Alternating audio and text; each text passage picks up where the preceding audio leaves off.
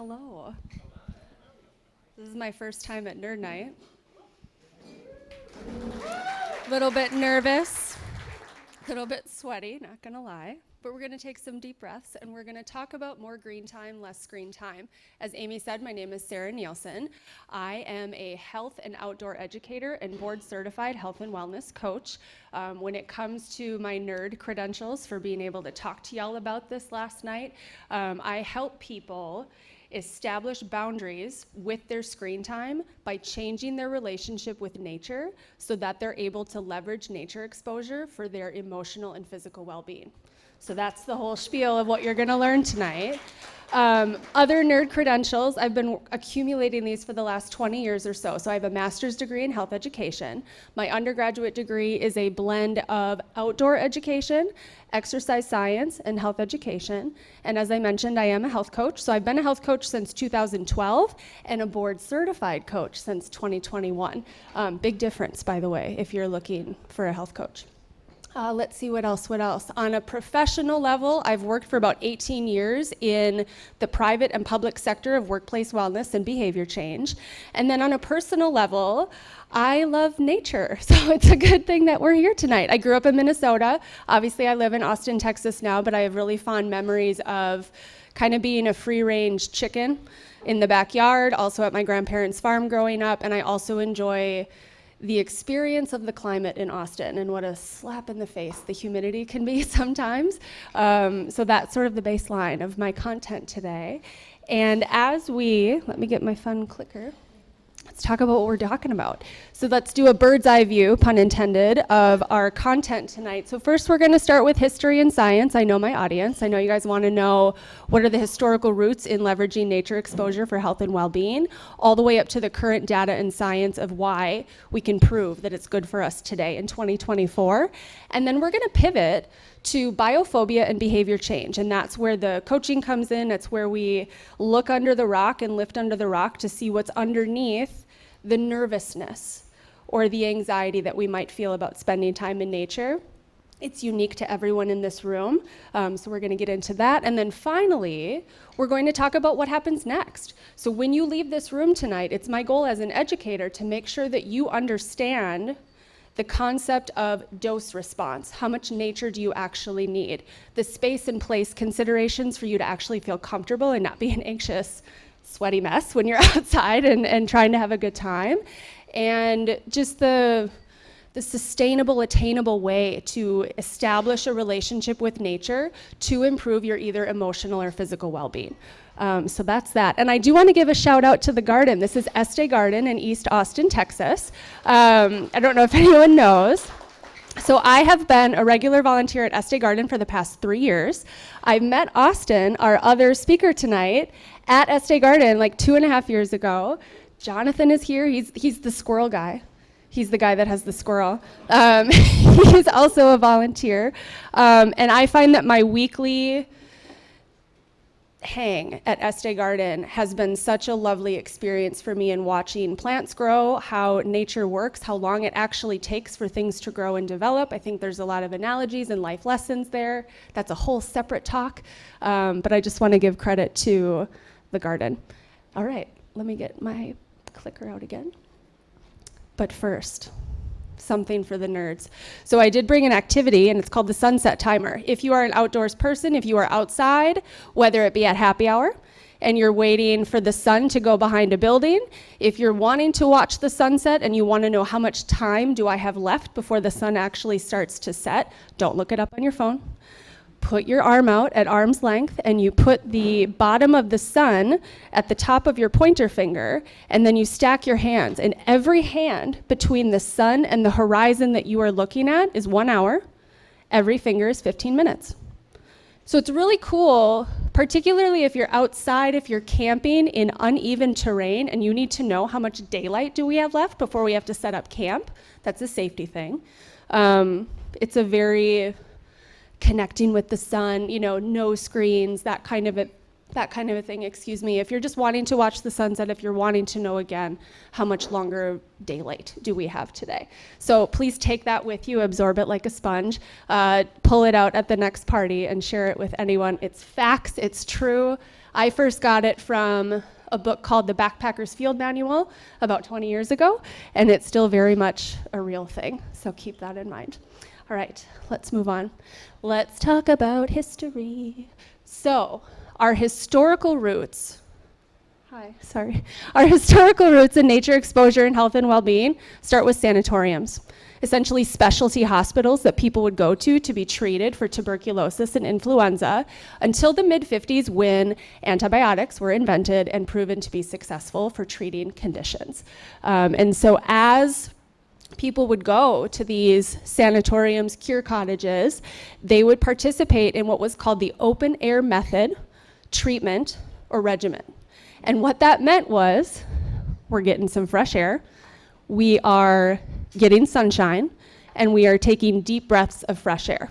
So back then, that was a big deal. Fast forward to what we know now in 2024, of course, fresh air is good for us, does a lot of stuff for our bodies. Sunshine is a great source of vitamin D.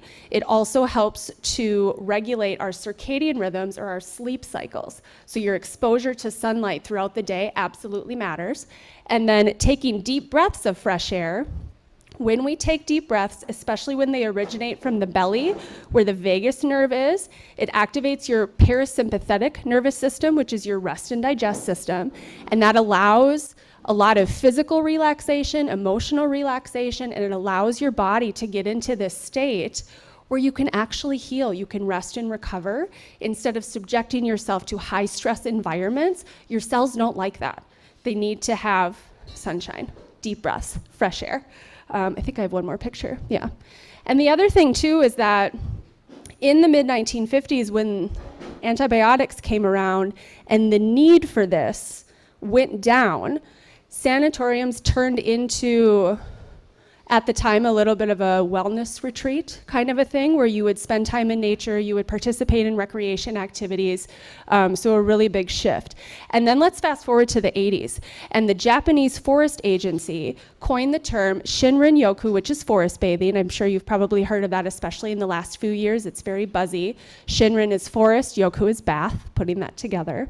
And it's certainly not exclusive to Japan. It's definitely taken off all around the world.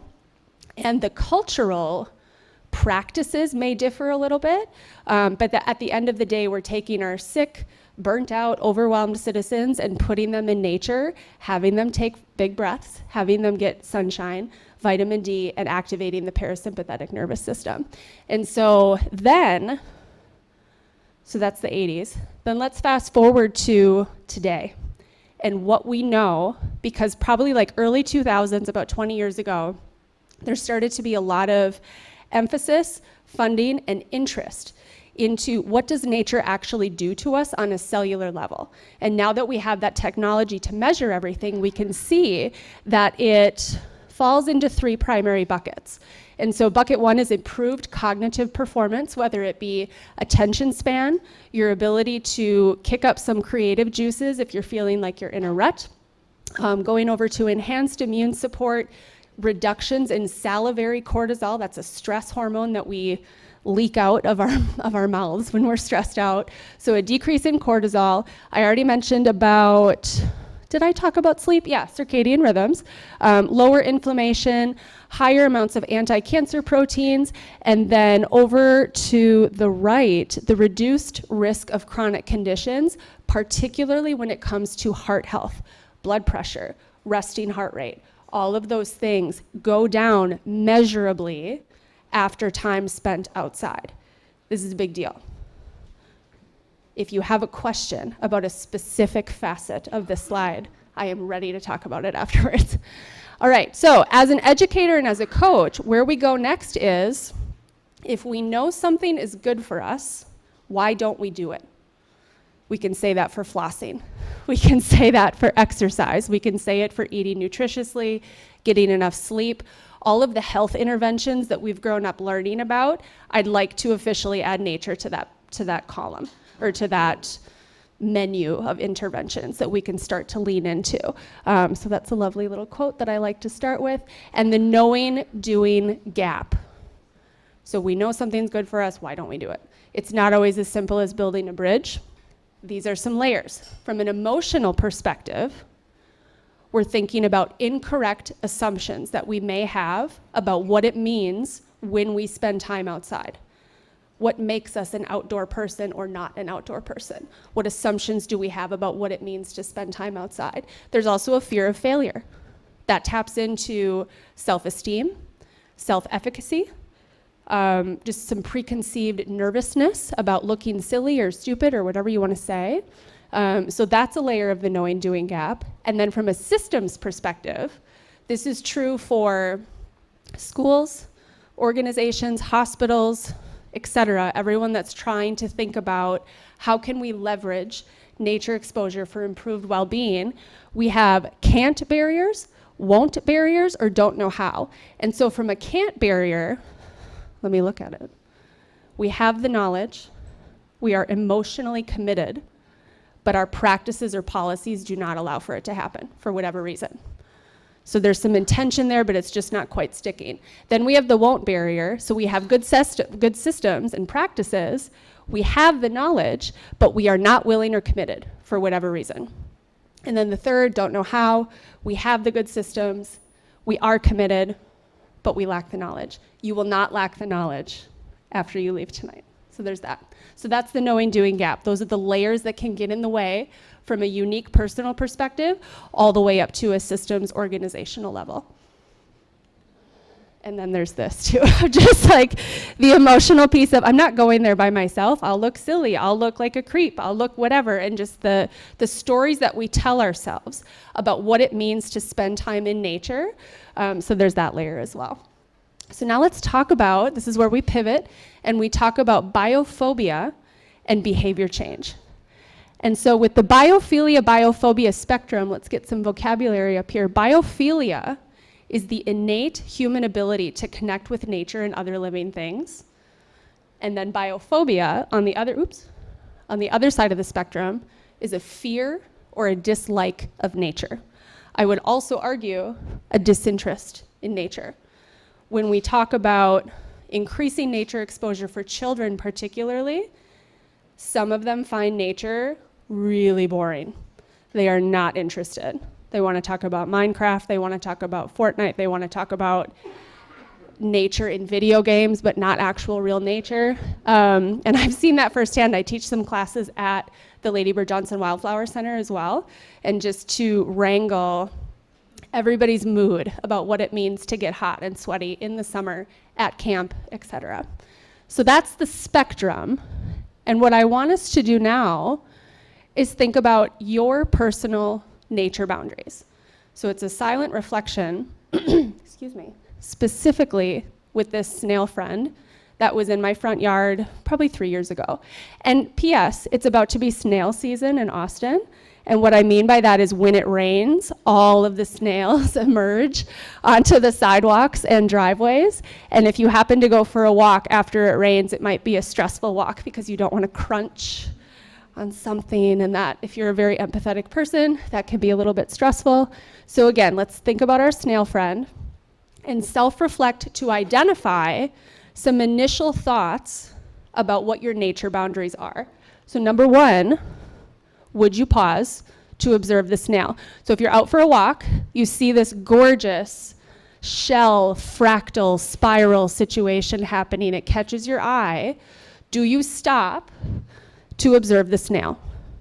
Yes or no? Yes, yes, snails. Second minor question, if you stop to observe the snail, how long does it keep your attention? 5-10 seconds? 5-10 minutes? Do you stand there and watch it? Do you watch the little antennas? Do you watch the path that it chooses, the leaves that it goes on, why it's doing what it's doing, and allow yourself to get really focused? It's called hard fascination, actually. Soft fascination would be more looking at a beautiful grove of trees and kind of zenning out on that. Hard fascination is, what is that? I want to look at that. So that's an initial nature boundary. Then Taking it a step further, physical contact. Would you let the snail crawl on your hand? Would you pick it up? Would you try to interact with it? For some in the room, that's a hard no, and that's okay.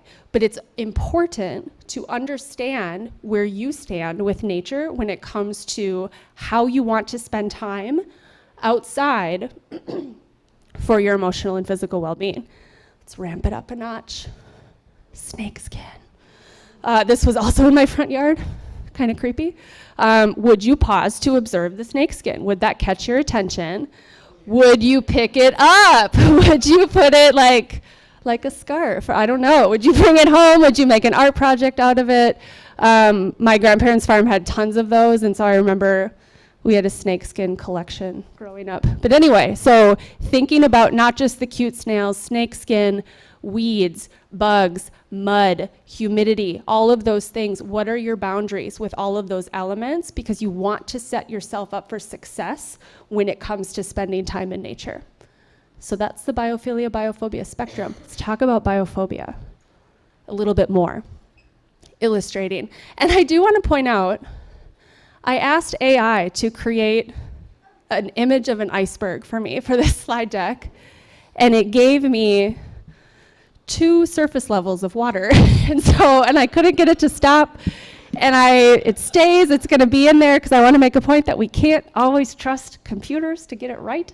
And it's okay to allow that to happen. So similar with an iceberg, we've got biophobia at the top, and that's what we see. It's a fear or a dislike or a disinterest of nature. What is under the surface? Is it the bee sting that you got when you were 12 years old? Is it that you don't like it when grass touches your legs and it makes your skin itchy?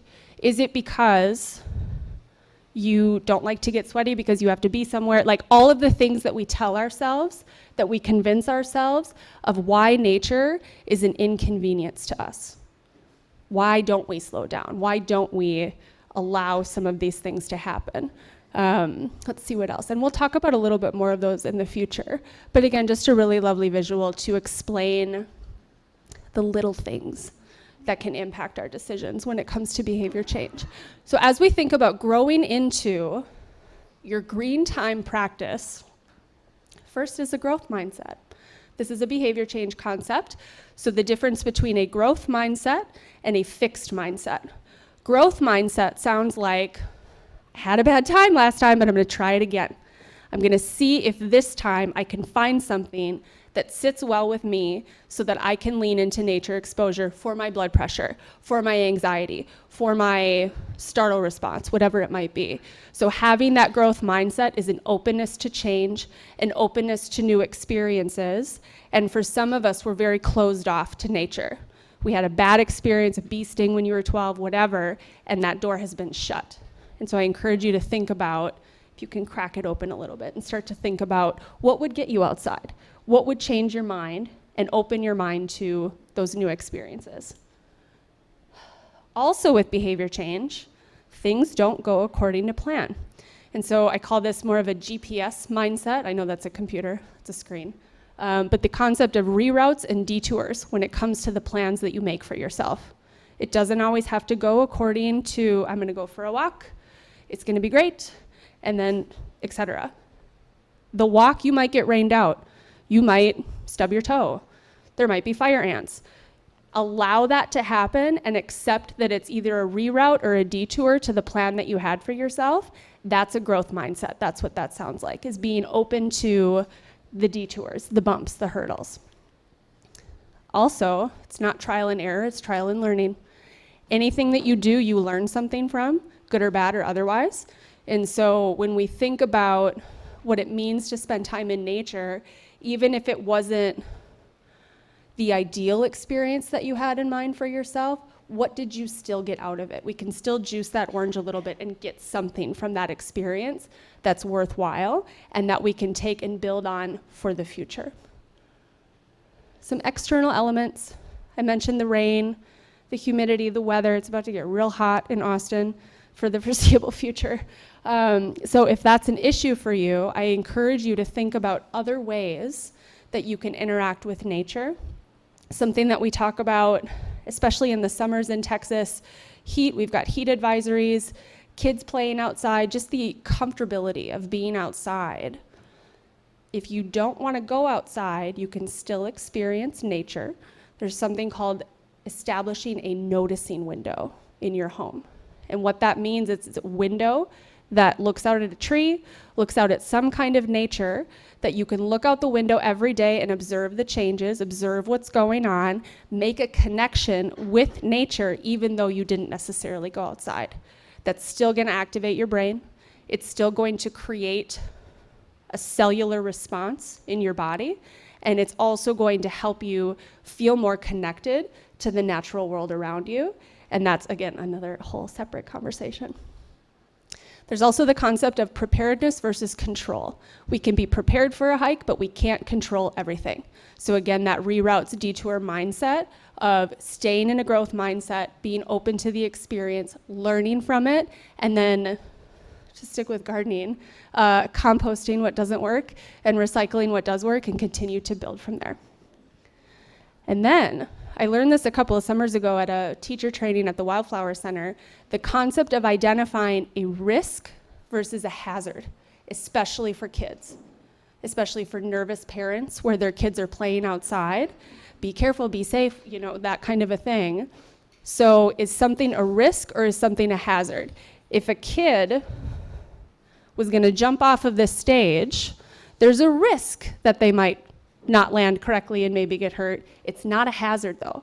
And so as parents or adults, when we think about the dangers of nature or the unknowns of nature and what it means to spend time outside, thinking critically about your environment, what is a risk, what is a hazard, does that help any anxiousness that you have about spending time outside? So again, these things kind of challenge the idea of biophobia, checking in with where you're at, and being able to make informed decisions going forward. Let's talk about screen time. How many have a picture just like this on their phone where you're like, what a beautiful sunset. Let me capture that. 15 pictures, you know, that kind of thing. This is really indicative of where we're at right now. We are using our phones constantly to document and to remember things. And the fact that we have unlimited pictures that we can take of nature, sometimes we're so focused on getting the shot that we miss the experience. I think it's true for fireworks, it's true for concerts, it's true for a lot of things where we are so used to our phones that that's how we're experiencing nature, is through a screen, even though it's right in front of you. And so again, kind of checking, what are my habits? What do I typically do when I spend time outside? Am I trying to document to share it online, to make it part of my Instagram story, whatever it might be? Or am I allowing myself a little bit of a boundary to be present in the moment, no screen, and just take it in, knowing that it's lowering your blood pressure, knowing that it's lowering your cortisol. It's kind of giving your brain a massage when we can check out in that way. So let's talk about screen time. Yeah, so we have a world and society where it is saturated with screens. Screens are prioritized. They are everywhere, and they are here to stay. So I'm not up here telling y'all to ditch your phones or anything like that. What I'm asking you to consider is to have some boundaries with your phone. For example, I'm gonna go for a walk after work for 10 minutes. I'm either not gonna bring my phone because I feel safe doing that in my neighborhood, or I'm gonna keep my phone in my pocket. I'm not gonna look at it. I'm not gonna listen to music. I'm not gonna listen to a podcast. I'm not going to take pictures of everything that I see. That walk will be a very different experience compared to when we are getting notifications, checking our devices, and interrupting our attention span when it comes to the idea of spending time outside. So screens are prioritized, we know that. We also tend to view time outside as a luxury and not a necessity. So we save all of our PTO up to go backpacking at Big Bend National Park, and that's the big nature dose for the year. We forget about the daily interactions with the snail, with the snakeskin, with the sunset, that we can pause and slow down and sort of rewire our stress levels in our bodies. So again, challenging that idea of, Are we saving our time up for a big nature experience, or can we be content with the day-to-day interactions? And there's a, justification for both, and we're going to talk about that when we get to dose response. But yes. And then thinking about the concept of just increased indoor living. We're in air conditioning today, thank goodness, because I'd be really sweating up here if that weren't the case. We have air conditioning, we have indoor plumbing, we have comfortable beds. There's a book called The Comfort Crisis that came out a few years ago that talks about this. We are so used to being comfortable that the idea of being outside is not cool. I don't want to be uncomfortable. I don't want to get sweaty. I don't want to get bitten by a bug. Don't make me do that. So again, sort of checking in with yourself on what your boundaries are when it comes to how comfortable you want or expect to be during your nature experience, and checking in on that. We also have the safety component. In health education, we call this your social determinants of health. There's a lot of them, but from a safety perspective, is your neighborhood safe enough for you to go for a walk, that you don't have to worry about having your phone, being anxious that someone might be following you, what's that noise in the bushes, those kinds of things. And so the safety aspect is huge, particularly depending on where you live in the city, your neighborhood, your socioeconomic status, all of those things. And so we have to pay attention to that and the ingrained, baked in environment of that and what that means for people.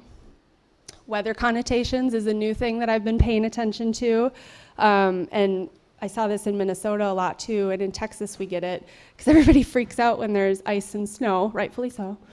But when it's bad weather, and maybe challenge yourself to pay attention to this as well, is the weather person on the news really negative that it's going to be raining tomorrow? And how much of an inconvenience that commute is going to be, and what that's going to do for your day. And do we absorb that a little bit over time and over the years, that we start to associate weather with inconvenience and what that means for our perceptions of what it means to spend time in nature? And then we have the hashtag nature aesthetic that I don't encourage you to look into on TikTok or Instagram when we leave, but the expectations versus reality of spending time in nature. Ugh. This is Mount Everest. This is the line to get your picture at the top of the mountain.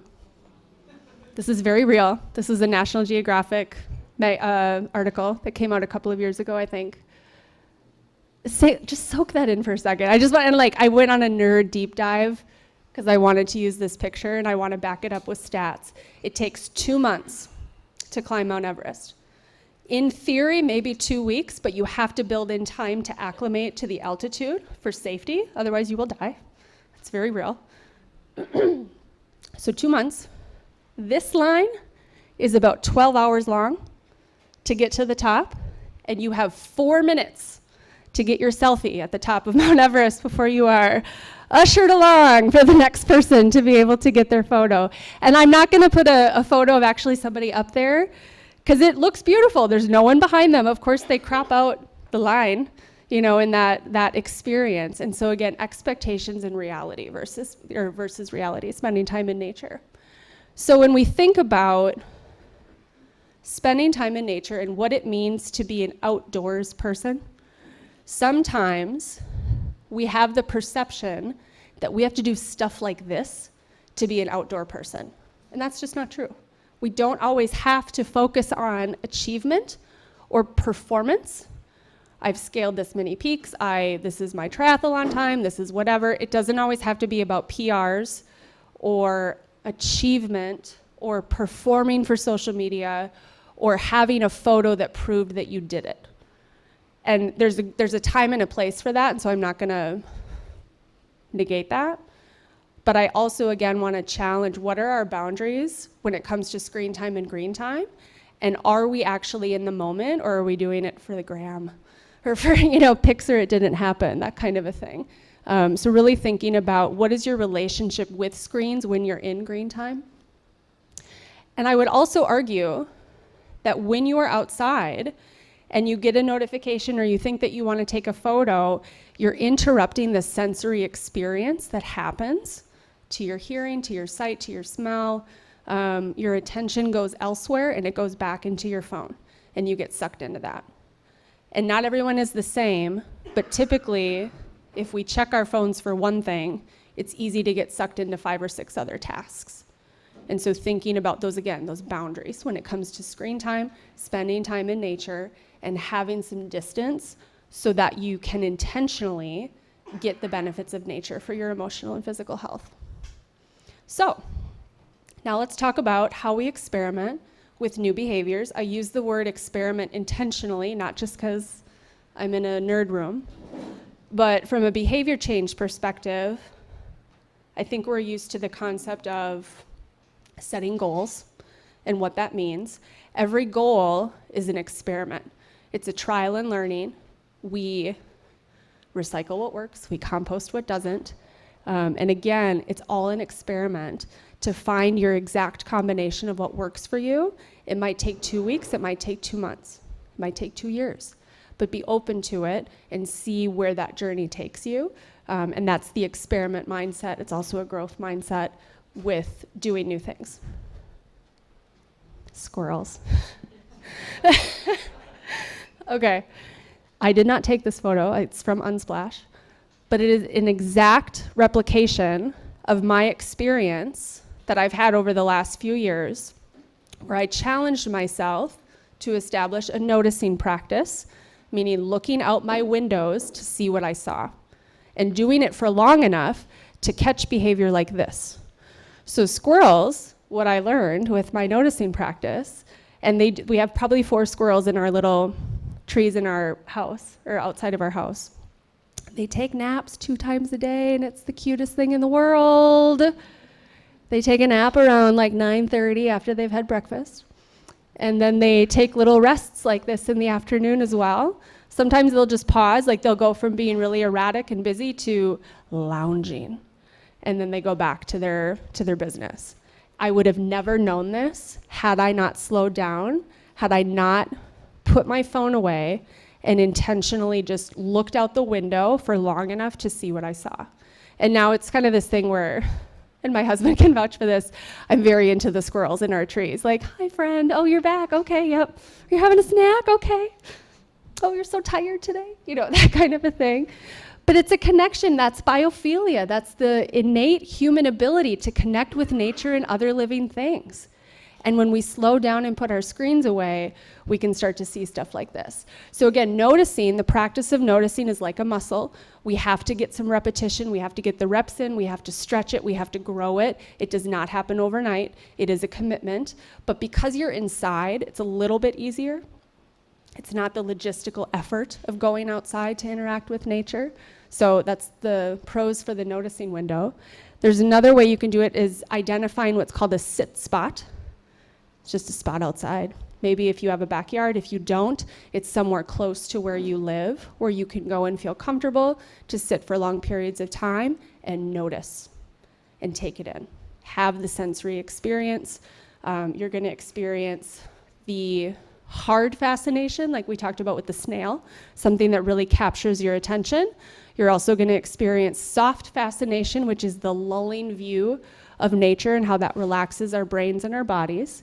Noticing window we already talked about. Nearby nature is nature that's in close proximity to where you live or that you work, so that you can see it every day in all weather conditions, all seasons, and you get so comfortable with it, this is where the wild home comes in, that you feel just as comfortable with that little patch of nature as you do in your living room.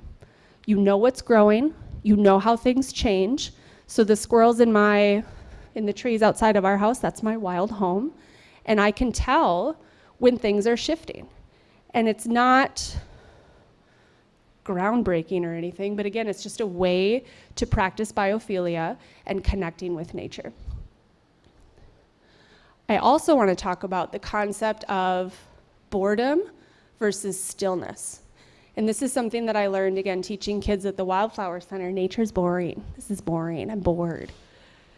Are you bored, or are you practicing stillness? The reframe of that as a concept can be very powerful when we think about what it means to sit still and challenge where our attention span currently is at. Attention spans are at like a record low. If you've been on TikTok, you know what that's like, to just be impatient for information. And so it is a challenge. It is a muscle that we develop to notice and to slow down and practice stillness. Because also when you're still, the animals get more comfortable, the bugs start chirping again, you can start to notice a few more things. And then also, this is not my quote, but I really like it. Fun is a feeling, not an activity. So you don't have to go on a big, massive hike to be having fun. You can sit and watch the squirrels and like have some delight on that if you want to. But again, reminding ourselves that we don't always have to be filling our time with activities in order to feel like we're having a good day. What does it mean to practice stillness? What does it mean to slow down and to put the phone aside, put the screens aside, and see what happens? Doses. All right, so this is the nature pyramid. If you were alive in the 90s, you're fully aware of the food pyramid and the recommendations that came. It's a plate now, it's a whole different thing. But we can look at, let me use my pointer. So at the very bottom, looking at, we want daily exposure.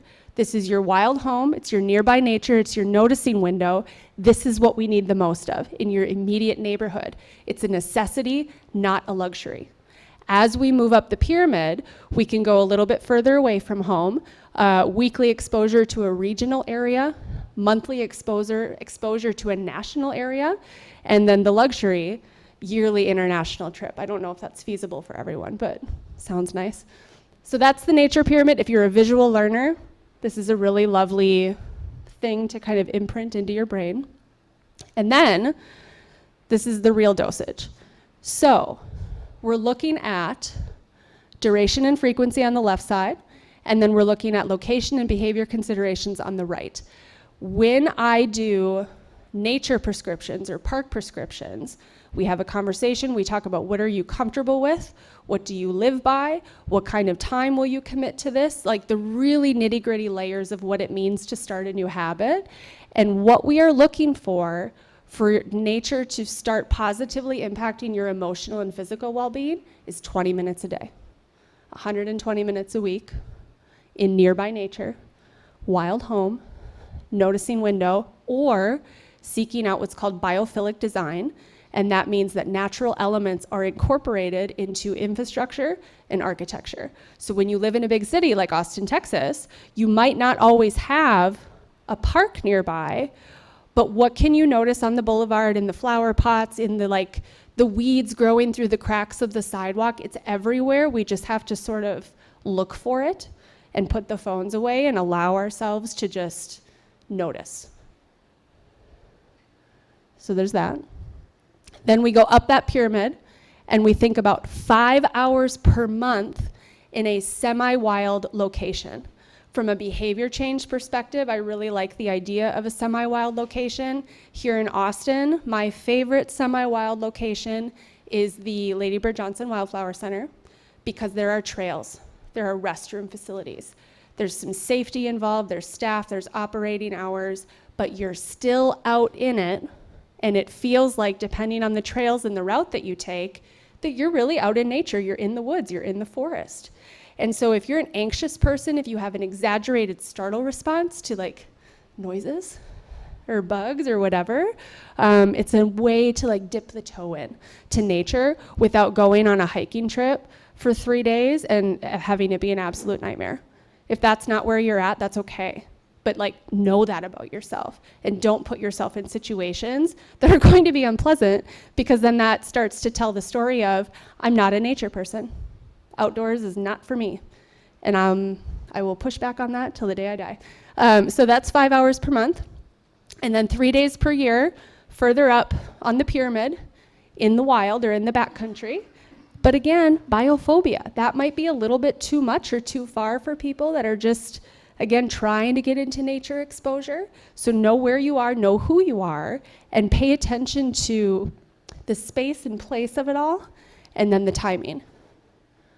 I do also want to talk about the variables of effectiveness when it comes to spending time in nature. If you go for a hike, and you're the type of person that likes to blast music from your speaker while you're hiking in the woods, what are we really doing? And like, are you so confident in your musical choices that everyone wants to hear it? But also, you can't hear the birds, you can't hear the wind, you can't hear the water, you can't hear the bugs. And so it changes the experience. And no shame, like if there's anyone in the room that does that, I'm not judging you. I kind of am, but it's okay. But again, thinking about, are we looking at screens while we're hiking? Are we constantly pulling out iNaturalist to identify every single plant that we discover along the trail? There's a time and a place for that. There's also a time and a place for enjoying your walk and immersing yourself in nature and having a boundary from your screen. Also podcasts, other distractions, etc. So those are the variables of effectiveness. I encourage you to experiment with those, see what that's like. If you're typically someone that has to walk with music or listen to a podcast, do an experiment where it's called now a silent walk on TikTok. Gen Z invented that. I'm serious. So practice silent walking and just see what happens. See what you notice. Bird stuff, sky stuff, clouds, changing weather, the wind patterns. From a sensory level, bird song, water, and wind are the three noises that humans respond really well to. And so that's kind of a sound therapy thing that can happen when we don't listen to music, when we don't listen to a podcast. From a bird perspective, birds are quiet when it's dangerous. So when they're chirping, we humans know from an evolutionary perspective that we're safe. So that's kind of nice to think about that and to think about what that means. Water, of course, waves, rain, a river, anything like that is very soothing to our brains, as is wind. So again, putting the headphones down, putting the music down, allowing your senses to also get a workout. There's also an argument for children now are very nearsighted because their screens are right here. And so their vision is changing as a generation where they're having a harder time seeing far away. And so it's an exercise for your eyes to pick up on colors, on detail, on movement, and that keeps your senses sharp from a longevity perspective. All right, so back to experimenting with green time. I chose this picture on purpose because not all of these seeds are gonna make it. Not all of your plans are gonna make it. Not all of your ideas are going to stick the way you think that they're going to, and that's okay. And so when we think about establishing a nature practice, we want to consider, what am I trying to do here? And then I can align my actions accordingly and make it the experience that I'm trying to get. You also want to think about, particularly for kids, but also for adults, the concept of structured activities versus free play or creative play and practicing stillness. Do we need to have an activity for the 6th graders to create a spiral off of the dead leaves that they found on the ground? That's a structured activity, but it's still connecting with nature. It's still calming their brains and their bodies down. There's the stillness thing, and then free play, just using your imagination. Kids are very structured these days, and so they don't always get time to just use their imaginations. And I will say the times that I've built free play into my lessons at the Wildflower Center, the kids have such an amazing ability to create the coolest art projects. Like, I think they maybe spent 10 minutes on a bug hotel, and it was a rock and leaves, but there was a living room, there was a kitchen, there was a whatever, and they took 20 minutes at, and they were completely engrossed and just really proud of what they did. Age considerations, we've talked about that.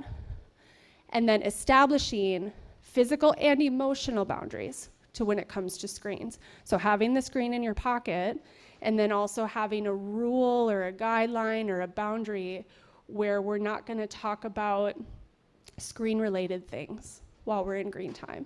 And that observation came, again, Wildflower Center with kids, but there were some kids that only wanted to talk about Minecraft and building nature worlds in Minecraft. And so we had to kind of redirect of like, is that on a screen or is that in front of us? And let's really make sure that our brains are present and not wishing that we were in front of a screen because we're bored or we're uncomfortable. So that's that. These are some of my references. These are all books that I highly, highly recommend. If you want to keep in touch, that's my information. But that's Green Time Screen Time, y'all. That's it. Yay.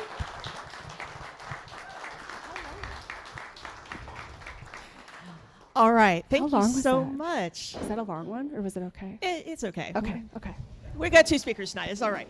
So with that being said, my dear audience friends, what kind of questions are we looking at tonight? Put your hands up if you got them. See one way in the back? Get Way in the back. I'm exploring the nature of this bar. Okay. What you got?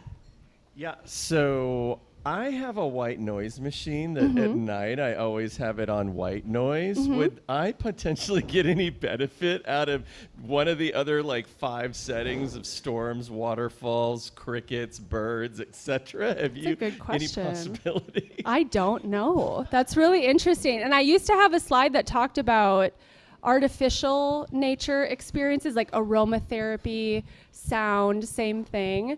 I'm sure it probably does help, but it's not the real thing. And so waves, I don't know, do you want to fall asleep to crickets? I don't know. It just very much is personal preference. I don't know, I'm not sure. Good question though. Excellent. So that got us off to a good start. Do we have any other questions? All right, I see another hand up, and it's conveniently located near the other hand. Hello, number 1. Oh, great job. Thanks. Are there any, just for someone like me who's really trying to find an easy way to get more nature that might be looked over, is there any way I can get my nature fix in ways that aren't as obvious as simply just going outside? Interesting. Aren't as obvious. I'm struggling with the subjectiveness of what that means. Aren't as obvious. Well, so it would be the noticing window. It would be when I'm taking a break from work, I'm looking out the window to look at the specific tree to see what's going on. I take a block walk around my neighborhood or my apartment complex or whatever after dinner to see what's happening that time of day, really being curious about the different levels of nature activity depending on the day. And I will say something for Austin, Texas especially, as we get into the warmer months. I think we're familiar with the concept of golden hour and what that does from a visual perspective. There's also a new thing called blue hour. And blue hour is the hour or so after the sun has set, and it's a really lovely twilight. So you're not getting baked by the sun. The bats are coming out, birds are behaving differently, and it's a way to be outside while also managing the heat. Yeah.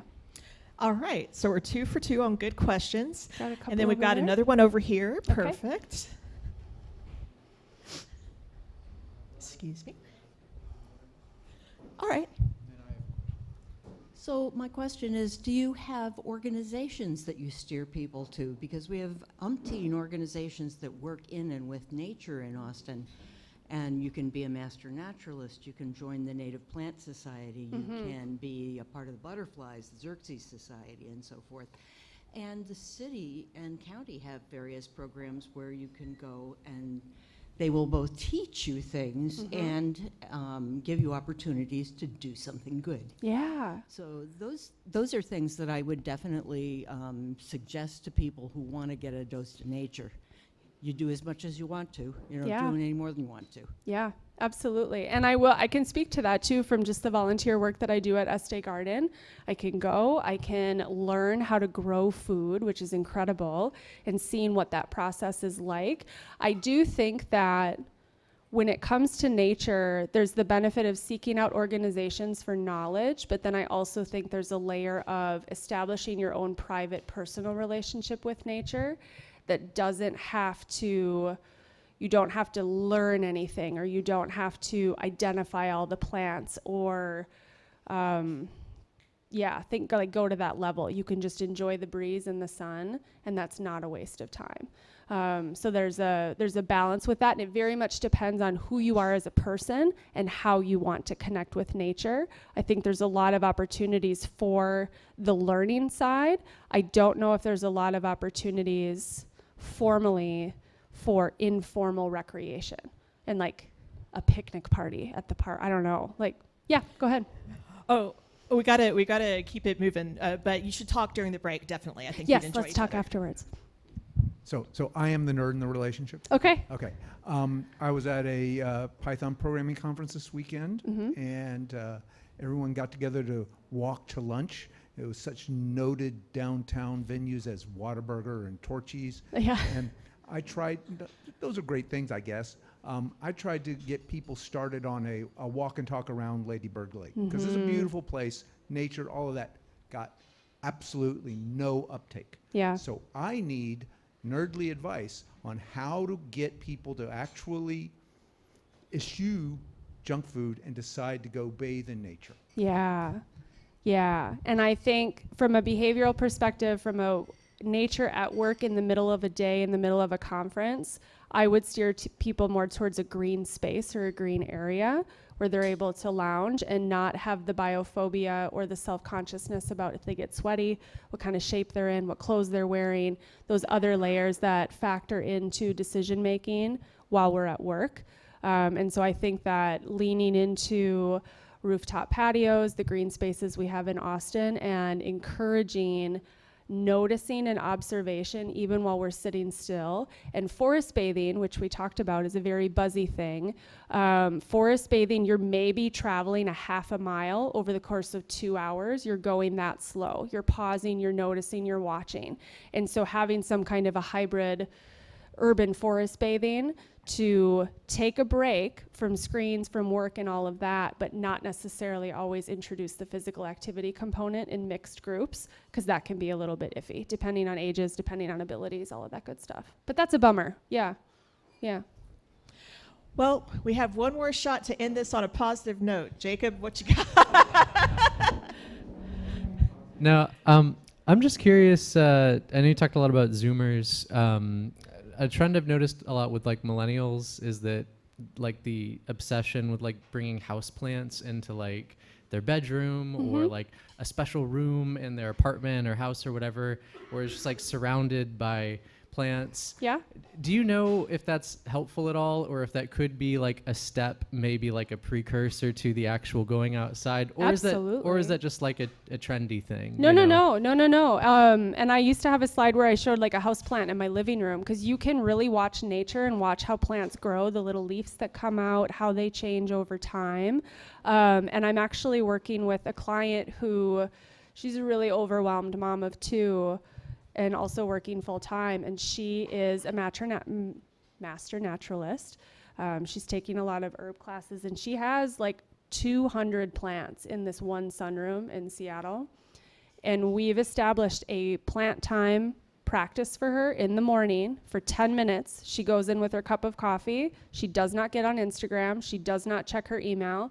She takes in all of the plants that she's caring for and connects with them visually. And so I fully believe, yeah, house plants for sure. Absolutely. Yeah.